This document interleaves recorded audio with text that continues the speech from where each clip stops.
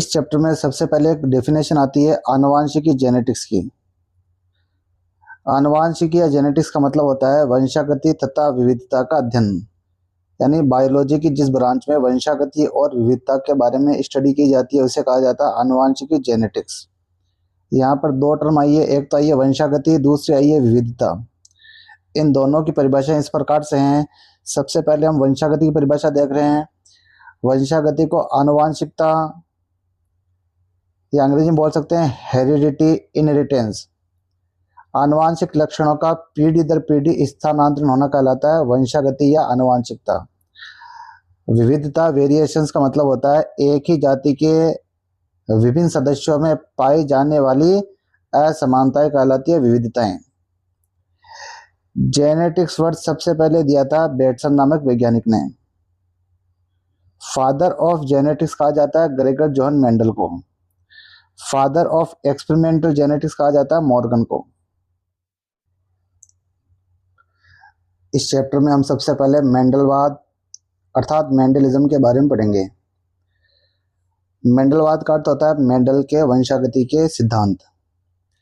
Mendel के वंशागति के सिद्धांत पढ़ने से पहले हम कुछ पॉइंट पढ़ेंगे। तो सबसे पहले हम पढ़ेंगे मेंडल का जीवन परिचय। मेंडल का जन्म ऑस्ट्रिया देश में हुआ था।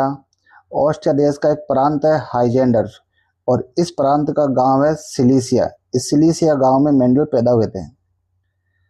डेट ऑफ बर्थ है 22 जुलाई 1822 को। मेंडल चर्च में पादरी थे। चर्च में पादरी रहते हुए सन 1856 से 1863 तक अर्थात 7 सालों तक उद्यान मटर पायसम सेटाइवम पर मेंडल ने संकरण प्रयोग किए थे। मेंडल के निष्कर्ष सन 1865 में एक पत्रिका में पब्लिश हुए थे और उन निष्कर्षों का टाइटल था experiment in plant hybridization.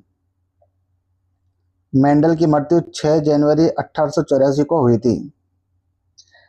Mendel की मृत्यु हो जाने के 16 वर्षों बाद अर्थात सन 1900 में मेंडलवाद की पुनः खोज हुई थी।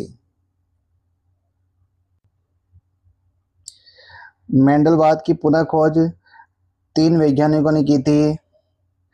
एक था हॉलैंड का जिसका नाम था ह्यूगो डी व्रीज, दूसरा वैज्ञानिक जर्मनी का जिसका नाम है कार्ल कोरेंस और तीसरा वैज्ञानिक है ऑस्ट्रिया का जिसका नाम है एरिक वान शेरमक। अब हम पढ़ेंगे मेंडल के निष्कर्षों के छिपे रहने के कारण। मेंडल के निष्कर्ष सन 1865 में पब्लिश हो चुके थे लेकिन सन 1900 तक अर्थात 35 सालों तक छिपे रहे थे। इसके मेन कारण निम्न थे। एक कारण तो यह था मेंडल के टाइम में संचार व्यवस्था नहीं थी, अतः मेंडल के कार्य का प्रचार प्रसार नहीं हो पाया था। दूसरा कारण, मेंडल ने अपने निष्कर्षों में सांख्यिकी का प्रयोग किया था, अतः वैज्ञानिक उन्हें समझ ही नहीं सके थे। तीसरा, मेंडल कोई जीव वैज्ञानिक नहीं थे बल्कि चर्च में पादरी थे, तो इस कारण से वैज्ञानिकों ने इन्हें कोई इम्पोर्टेंस नहीं दिया था। सन 1859 में डार्विन की किताब ओरिजिन ऑफ स्पीसीज पब्लिश हो गई थी, तो उस टाइम विकासवाद यानी विकास किस प्रकार से हुआ, विकास के सिद्धांत, उसके बारे में चर्चा ज़्यादा थी। इस कारण मेंडल के कार्य की ओर वैज्ञानिकों ने ध्यान नहीं दिया था। अब हम पढ़ेंगे मेंडल की सफलता के कारण। मेंडल अपने प्रयोग में सफल रहा था। इसके मेन कारण निम्न थे। एक तो यह था मेंडल एक समय में 1 या 2 जोड़ी विपर्यासी लक्षणों की वंशागति का अध्ययन करता था, जबकि मेंडल से पहले के जो वैज्ञानिक थे वो एक साथ कई सारे विपर्यासी लक्षणों की वंशागति का अध्ययन करते थे। दूसरा कारण था मेंडल ने संकरण प्रयोग के लिए जिस पौधे का चुनाव किया था वो था मटर, तो मटर का चुनाव करना ही उसकी सफलता का एक मुख्य कारण था। मेंडल ने अपने निष्कर्षों का सांख्यिकी विश्लेषण किया था, यानी गणितीय विश्लेषण किया था। मेंडल ने गुणात्मक लक्षणों का मात्रात्मक विश्लेषण किया था। गुणात्मक लक्षण मतलब जैसे पौधे की लंबाई हो गई, बीज का रंग हो गया, बीज का आकार हो गया। मात्रात्मक विश्लेषण मतलब उनकी गिनती करी थी। अब हम पढ़ेंगे मेंडल ने संकरण प्रयोग के लिए मटर को ही क्यों चुना था। तो मटर का चुनाव उसने इस कारण से किया था क्योंकि मटर का पौधा वार्षिक होता है। वार्षिक मतलब इसका जीवन काल 2-3 महीने का ही होता है। अतः कम समय में मटर की अनेक पीढ़ियों का विश्लेषण किया जा सकता है। मटर में अनेक विपर्यासी लक्षण कॉन्ट्रास्टिंग ट्रेट्स पाए जाते हैं, जैसे कि लंबा और बौना, ये विपर्यासी लक्षण हो गए। गोल बीज और झुर्रीदार बीज, ये विपर्यासी लक्षण हो गए। तो बहुत सारे विपर्यासी लक्षण मटर में पाए जाते हैं। मटर में प्राकृतिक रूप से स्वपरागण होता है, अतः मटर के पौधे आनुवांशिक रूप से शुद्ध होते हैं। तो मटर में नेचुरली जो परागण होता है वो होता है स्वपरागण, और अगर किसी पौधे में स्वपरागण होता है तो वह पौधा आनुवांशिक रूप से शुद्ध रहेगा। मटर में कृत्रिम रूप से पर परागण यानी संकरण भी कराया जा सकता है। तो मटर में क्या करवा सकते हैं, हम चाहे तो पर परागण यानी संकरण भी करवा सकते हैं। और मटर को उगाना आसान होता है, मतलब छोटी जगह में भी इसको उगाया जा सकता है। मेंडल ने संकरण प्रयोग के लिए मटर के 7 जोड़ी विपर्यासी लक्षणों का सिलेक्शन किया था। तो मटर में अनेक जोड़ी विपर्यासी लक्षण होते हैं, उनमें से मेंडल ने 7 जोड़ी विपर्यासी लक्षणों को अपने संकरण प्रयोग के लिए चुना था। ऐसे आप ऐसे पढ़ सकते हो, मटर की 14 तद्रुप प्रजननी यानी ट्रू ब्रीडिंग किस्मों को उसने सेलेक्ट किया था।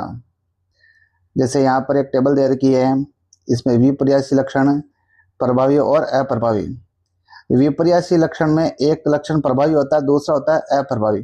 प्रभावी लक्षण उस लक्षण को कहा जाता है जो F1 पीढ़ी में प्रकट होता है, और जो F1 पीढ़ी में प्रकट नहीं हो पाता है उसे कहा जाता है अप्रभावी लक्षण। F1 पीढ़ी का अर्थ होता है 2 पेरेंट्स में क्रॉस कराने से जो पीढ़ी उत्पन्न होती है उसे कहा जाता है F1 पीढ़ी। जैसे लंबा पौधा और बौना पौधा, अगर इनमें क्रॉस कराया जाता है तो F1 पीढ़ी के सभी पौधे लंबे प्राप्त होते हैं, एक भी पौधा बौना प्राप्त नहीं होता। तो यहाँ पर लंबापन आ रहा है, इसलिए लंबापन हो गया प्रभावी लक्षण और बौनापन हो गया अप्रभावी लक्षण। तो विपर्यासी लक्षणों में इस प्रकार से है, जैसे तने की ऊंचाई एक लक्षण ही हो गया, इसके लिए प्रभावी लक्षण हो गया लंबा, अप्रभावी हो गया बौना।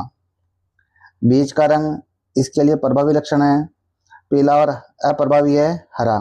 बीज का आकार इसके लिए प्रभावी लक्षण है गोल और अप्रभावी लक्षण है झुर्रीदार। पुष्प के रंग के लिए प्रभावी लक्षण बैंगनी और अप्रभावी लक्षण है सफेद। पुष्प की स्थिति के लिए प्रभावी लक्षण है अक्षीय और अप्रभावी लक्षण है अंत्य। फली के आकार के लिए प्रभावी लक्षण है फूली हुई और अप्रभावी लक्षण है सिकुड़ी हुई। फली के रंग के लिए प्रभावी लक्षण है हरा और अप्रभावी लक्षण है पीला। अब हम पढ़ेंगे मेंडल की अध्ययन विधि। मेंडल मटर के पौधे में संकरण करवाने के लिए मटर के 2 विपर्यासी लक्षणों वाले पेरेंट्स को सेलेक्ट करता था। जैसे एक पौधा लंबा, दूसरा पौधा बौना, ये दोनों पेरेंट्स विपर्यासी लक्षण रख रहे हैं। तो इस प्रकार से 2 विपर्यासी लक्षणों वाले पेरेंट्स को वो सेलेक्ट कर लेता था। इसके बाद में दोनों में से किसी भी एक पौधे में, किसी भी एक पेरेंट्स में कुछ पुष्पों में विपुंसन और बैगिंग करवा दी जाती थी। विपुंसन का अर्थ होता है पुष्प की कलिका अवस्था में चिमटे या कैंची के द्वारा पुंकेसरों को काट देना, विपुंसन कहलाता है। और जब किसी पुष्प में विपुंसन हो जाता है तो उस पुष्प में पुंकेसर तो कट जाते हैं और बचता है केवल स्त्री केसर, अर्थात ऐसे पुष्प का चयन मादा पुष्प के रूप में किया जाता है। तो यानी विपुंसित पुष्प हो जाता है मादा पुष्प। बैगिंग का अर्थ होता है विपुंसित पुष्प को बटर पेपर या किसी भी अन्य पेपर से, अन्य थैली से ढक देना, वो कहलाता है बैगिंग। तो जब पुष्प का विपुंसन हो जाता है तो उसके बाद में उसकी बैगिंग कर दी जाती है। तो इस प्रकार वह विपुंसन और बैगिंग करवाता था। और जब यह विपुंसित पुष्प मैच्योर हो जाता तो दूसरे पौधे से परागकण को ले लिया जाता और उन पराग कणों को इस विपुंसित पुष्प की वर्तिकाग्र पर छिड़क दिया जाता। फिर निषेचन के पश्चात फल प्राप्त होते हैं और उन फलों में से बीजों को निकाल करके F1 पीढ़ी प्राप्त की जाती है। तो इस प्रकार से क्रॉस करवाया जाता। F1 पीढ़ी की प्राप्ति क्रॉस से होती, जबकि बाकी जो पीढ़ियाँ हैं वो प्राप्त होती है स्वपरागण से। जैसे कि F1 पीढ़ी है, इसमें होने दिया जाता है स्वपरागण, तो स्वपरागण से फिर प्राप्त हो जाती F2 पीढ़ी। फिर F2 पीढ़ी में भी स्वपरागण होने दिया जाता और स्वपरागण से प्राप्त की जाती F3 पीढ़ी। मतलब F1 पीढ़ी संकरण से यानी क्रॉस से, और बाकी F2 F3 पीढ़ियाँ स्वपरागण से वह प्राप्त करता।